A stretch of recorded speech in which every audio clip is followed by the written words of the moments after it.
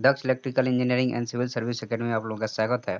और हम लोग जो है सो आज 30 अगस्त 2021 के जो है सो द हिंदू का जो कभी करंट अफेयर्स है उसको हम लोग जो है सो एमसीक्यू के फॉर्मेट में डिस्कस करेंगे और साथ में कुछ स्टैटिक पोर्शन को भी इसमें ऐड करेंगे, ठीक है।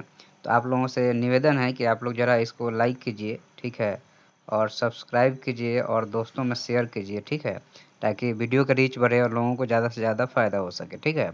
इसमें एक इम्पॉर्टेंट इंस्ट्रक्शन यह है कि जो लोग हैं जो 0 से जिनका 3 तक सही हो रहा है, उनकी समझिए कि स्टडी सही से नहीं चल रही है, उनको और ज़्यादा स्टडी को रिवाम्प करने की ज़रूरत है।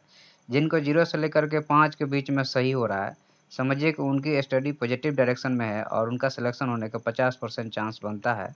और जिनका 5 प्लस है, 6 है, 7 है या फिर जो है सो 8 है, तो उनका बहुत अच्छा चांस है कि सेलेक्ट हो जाएँगे प्रीलिम्स में। लेकिन उनको जो है सो एक काम और करना पड़ेगा कि इसको साथ में कंसिस्टेंसी रखना पड़ेगा, ठीक है।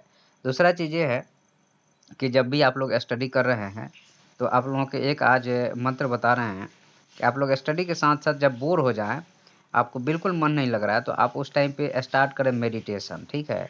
मेडिटेशन में भी कई मेडिटेशन है, लेकिन हम आपको बताएँगे कि आप लोग जो है सो विपासना मेडिटेशन को करने को विधि समझिए और विपासना मेडिटेशन को कीजिए, ठीक है। कभी हमारे पास टाइम मिला तो हम आपको इसके बारे में डिस्कस करेंगे कि विपासना मेडिटेशन क्या होता है और इसे कैसे किया जाता है, ठीक है। तो चलिए अपना डिस्कशन शुरू करते हैं। तो आपका यहाँ पे हिंदी और अंग्रेजी दोनों में है, तो पहले हम लोग हिंदी में डिस्कस करेंगे और फिर जो है सो बाद में अंग्रेजी में डिस्कस करेंगे, ठीक है। तो यहाँ पे स्वरूप के बारे में जो है सो आपका कौन सा कथन सही है, इसके बारे में 3 स्टेटमेंट दिया हुआ है और यह जो है सो आपका यूपीएससी पैटर्न पे ही यह सारे क्वेश्चन रहते हैं। ये यूपीएससी या स्टेट पीएससी के प्रीवियस ईयर क्वेश्चन रहते हैं, तो आप लोगों को इस चीज़ का ध्यान रखना चाहिए कि जितने भी क्वेश्चन हमारे उसके स्टैंडर्ड के हैं, तो जो इस लेवल के बच्चे हैं, वो इस क्वेश्चन को अटेम्प्ट करेंगे तो उनको पता चलेगा कि उनकी तैयारी किस लेवल की है, ठीक है। तो यह श्री गुरु ग्रंथ साहिब की भौतिक जो है सो प्रति है, इसकी संख्या जो है 13 है और पंजाब में इसे बीड़ भी कहते हैं। देखिए, इस एक्चुअल में क्या है कि जो गुरु ग्रंथ साहिब है, तो उनको जो है सो फिजिकल जो बुकें लिखी गई थी, जो भी फिजिकल गुरु गोविंद सिंह हो या उनके पहले वाले जो गुरु थे, उन्होंने लिखा। और जो आपके गुरु नानक देव थे और साथ में जो बाकी लोग जो संत हुए हैं, जैसे आपके कुछ कबीर के हो गए, दोहे हो गए, तो इन सारी चीज़ का एक समझिए कि कन्क्लूज़न है जो गुरु ग्रंथ साहिब है। तो इसका 13 प्रति है और कुछ प्रति अफ़गानिस्तान में था, जिसको जो है सो अभी वहाँ पे क्राइसिस चल रहा है, तो वहाँ से आया है इंडिया में। तो मोदी जी ने भी इस बात कही है कि हमने जो है सो सिर्फ़ लोगों को ही नहीं बचाया, अपने जो है सो संस्कृति को भी बचाया है और जो भी प्रतियाँ हैं वहाँ से आई हैं यहाँ पे, ठीक है? तो ये एक समझिए कि हमारे लिए गौरव की बात है कि अपने कल्चर को, चाहे हिंदू हों, चाहे मुस्लिम हों, चाहे सिख हों, चाहे ईसाई हों, हम लोग एक देश में रहते हैं, तो अपने कल्चर को सब लोगों को मिल-बाँट के रह के और शेयर करेंगे, तो हमारा देश और आगे बढ़ेगा, ठीक है? तो यह बात बिल्कुल सही है कि यह गुरु ग्रंथ साहिब की भौतिक प्रति है, फिजिकल जो है सो इसमें फिजिकल कॉपी है। इसकी संख्या 13 है और पंजाब में इसे बीर भी कहा जाता है, ठीक है? तो ये तीनों के तीनों स्टेटमेंट सही हो जाते हैं और यहाँ पे सी स्टेटमेंट जो है क्या आपका सही हो जाता है, ठीक है? तो ये हमारा जो है सो यहाँ पे ऑप्शन सी सही है। इसी को जब अंग्रेजी में डिस्कस करेंगे तब आपका अंग्रेजी वाला क्वेश्चन को पढ़ाई किया जाएगा, ठीक है? दूसरा क्वेश्चन है कि अभी जो है सो आपका जालियांवाला बाग मैसेकर जो हुआ था, आपका जो है सो 1919 में हुआ था 13 अप्रैल को। तो उस टाइम पे जो है सो वहाँ पे एक मेमोरियल का एस्टेब्लिशमेंट किया जा रहा है मोदी जी के द्वारा, किया गया है या बीजेपी गवर्नमेंट या जो भी गवर्नमेंट ऑफ इंडिया उसने करी है। तो उसी टाइम पे ये सारी चीज़ें निकल के आई हैं और मोदी जी ने जो है सो वहाँ संबोधित कर रहे थे।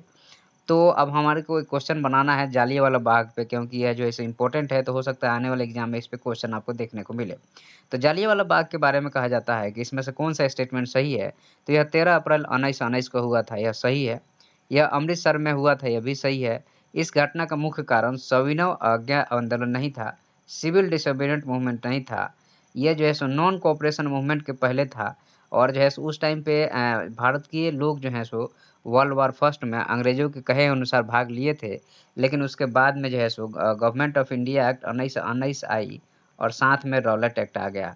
तो इसका देशवासियों ने विरोध किया कि इसमें जो है सो कोई कानून नहीं था। आपको शक के आधार पर उठा के जेल में डाल दिया जाता था। तो इसी टाइम पे जो है सो आपके सैफुद्दीन किचलू और एक और मुस्लिम थे, एक सिख थे और एक सैफुद्दीन किचलू थे, उनको उठा के जेल में डाल दिया गया। तो इसी को विरोध के लिए लोग जो है सो एक जगह इकट्ठा हुए थे। जालिया वाला जो जगह है, चारों तरफ से बंद जगह था और वहाँ पे जनरल डायर के कहने पर जो है सो अनगिनत गोलियाँ चलाई गई, लगभग 1300 के कितने राउंड गोलियाँ चलाई गई, बहुत सारे लोग मर गए। तो यह जो है सो एक हमारे हिस्ट्री में जो है सो एक काला धब्बा के रूप में इसको देखा जाता है। तो इसमें तीसरा स्टेटमेंट आपका गलत हो जाता है और तीसरा जब गलत हो जाता है तो यहाँ पे एलिमिनेशन मेथड से अगर आप चलेंगे तो आपका वो दूसरा तीसरा गलत हो जाएगा। पहला, दूसरा, तीसरा गलत हो जाएगा और डी भी गलत हो जाएगा। तो यहाँ पे ऑप्शन ए बिल्कुल सही हो जाएगा आपका, ठीक है?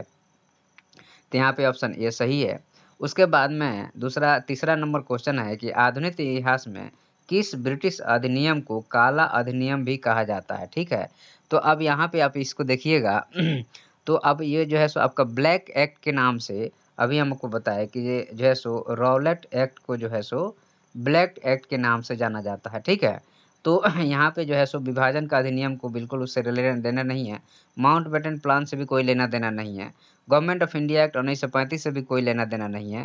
जो है सो यहाँ पे anarchical and the revolutionary crimes act 1919 कहिए या अराजक या क्रांतिकारी अपराध अन्य अधिनियम 1919 कहिए। तो यहाँ पे ऑप्शन डी आपका बिल्कुल सही हो जाता है। ये जालियांवाला बाग से ही रिलेटेड ये भी क्वेश्चन बना हुआ है आपका। नेक्स्ट क्वेश्चन की तरफ हम लोग बढ़ते हैं तो बोलता है कि कैसर-ए-हिंद title return due to Jallianwala Bagh incident by whom? तो देखिए कैसर-ए-हिंद जो टाइटल मिला था वो गांधी जी को मिला था और गांधी जी ने अंग्रेजों की मदद करी थी तो अंग्रेजों ने खुश होकर उनको यह टाइटल दिया था। तो इसमें जो है सो महात्मा गांधी को ही मिला हुआ था और बोलते हैं गुरुदेव रवींद्रनाथ टैगोर को ये नहीं मिला था। दादा भाई नौरोजी भी इसमें नहीं आएँगे और राजा राम मोहन राय तो बहुत पहले थे। इनकी जो है सो 1833 में इनकी डेथ हो जाती है। और यह जो है सो आपका 1918-1919 की बात है। तो इसलिए जो ये नहीं होगा, तो यहाँ पे एम के गांधी बिल्कुल आपका सही ऑप्शन हो जाता है, यहाँ पे एम के गांधी हो गया, ठीक है? उसके बाद में नेक्स्ट क्वेश्चन की तरफ हम बढ़ते हैं। तो निम्नलिखित में से कौन-सा कारण हिमालय के जो है सो डिग्रेडेशन का कारण है या निम्नीकरण का कारण है, ठीक है? तो हिमालय के निम्न इस टाइप के जब क्वेश्चन जब भी आप देखें, तो आप जो है सो आँख खोल के क्वेश्चन करेंगे क्योंकि यह एक open ended open challenge question है और इसके बहुत सारे ऑप्शन सही रहते हैं। कोशिश कीजिएगा कि मैक्सिमम से मैक्सिमम इसमें जो ऑप्शन को इंक्लूड किया जाए, क्योंकि इसमें जो है सो यूपीएससी बड़े ही ध्यान से क्वेश्चन बनाती है और बहुत टॉप लेवल की थिंकिंग रहती है। तो इसको बहुत ही मतलब सोच समझ के क्वेश्चन आंसर देना होगा इसका। जलवायु परिवर्तन के कारण हिमालय क्षेत्र के जलवायु परिवर्तन हो रहा है, बिल्कुल ये भी बात सही है क्योंकि वहाँ के ज़ाहिर-सी बात है कि एक्चुअल में जब आपका क्लाइमेट चेंज होता है तो फिजिकल चेंज भी होता है और केमिकल चेंज भी होता है। ठीक है? तो ये चीज़ें आपको अभी वहाँ हिमालय में देखने को मिलेगा कि बहुत सारे जो पानी के झरना वो सूख रहे हैं। जब पानी के झरना सूखेंगे तो उससे रिलेटेड एक्वेटिक लाइफ़ भी खत्म हो जाएगी। जब एक्वेटिक लाइफ़ खत्म हो जाएगी तो आपका फूड चेन डिस्टर्ब होगा। जब फूड चेन डिस्टर्ब हो गया तो क्या होगा कि होल एनवायरनमेंट पे इम्पैक्ट करेगा और कहीं न कहीं क्लाइमेट पे भी इम्पैक्ट डालेगा। और इसका कारण जो है सो विश्व में ग्लोबल वार्मिंग भी एक रीज़न है, बिल्कुल सही है।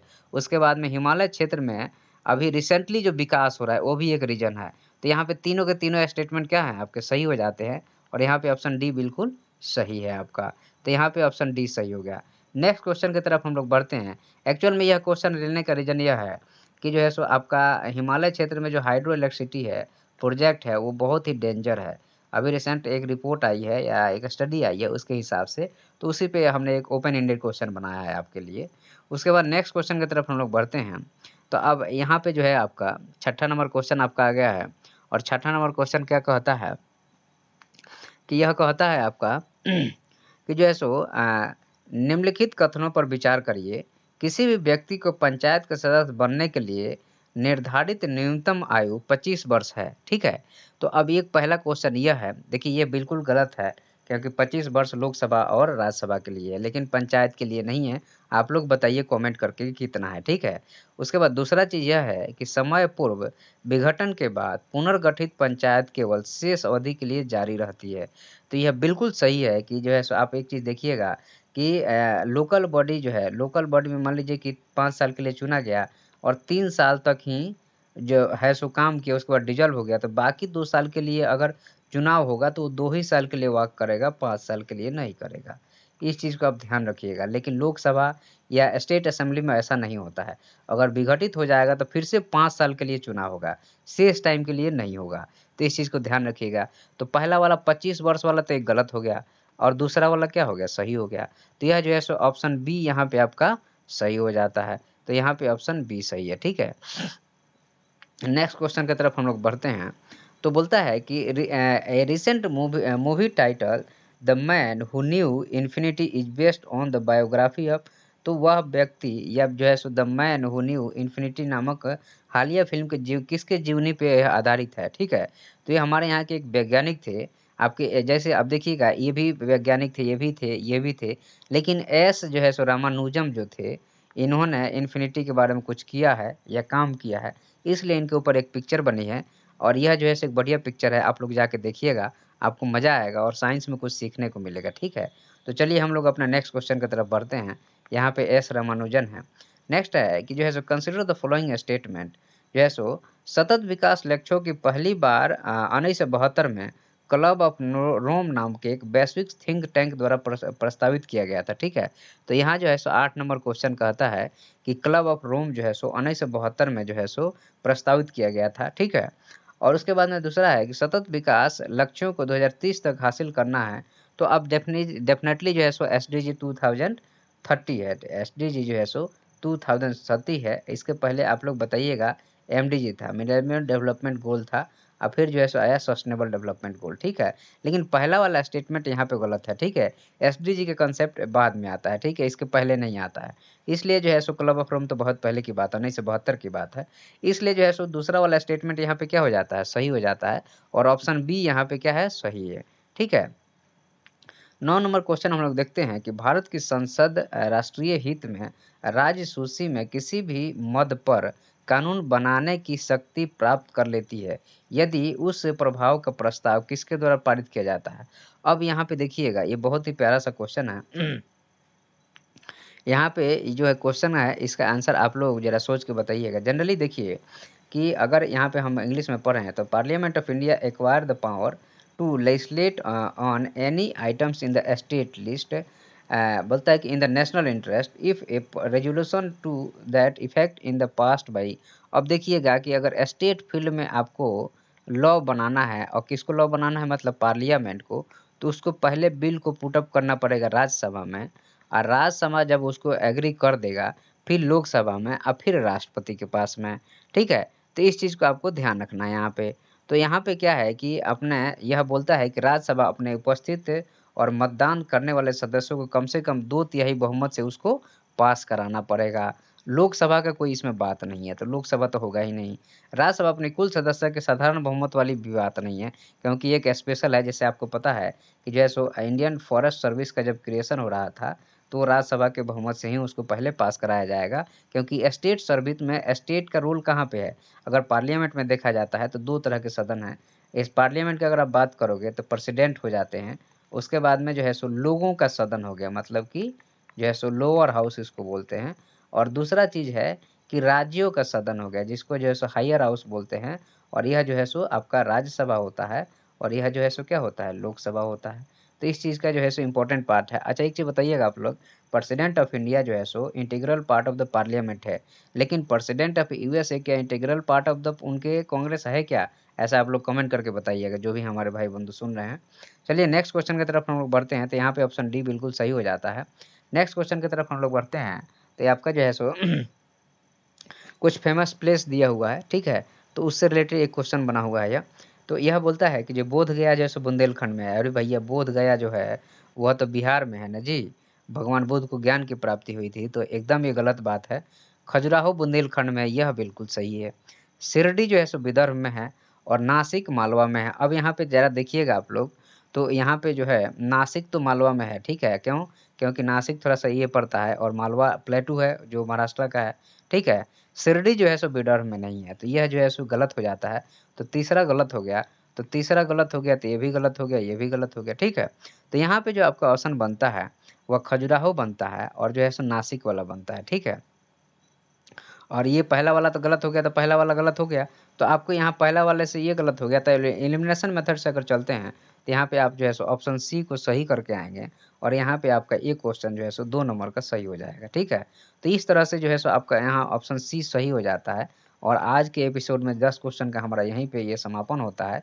और हम आशा करते हैं कि आप लोग जो है सो कमेंट बॉक्स में बताएंगे कि आप लोगों को कितना सही हो रहा है, आप लोग अटेम्प्ट करके, ठीक है। और आपको और कोई सुझाव लगता है तो देंगे।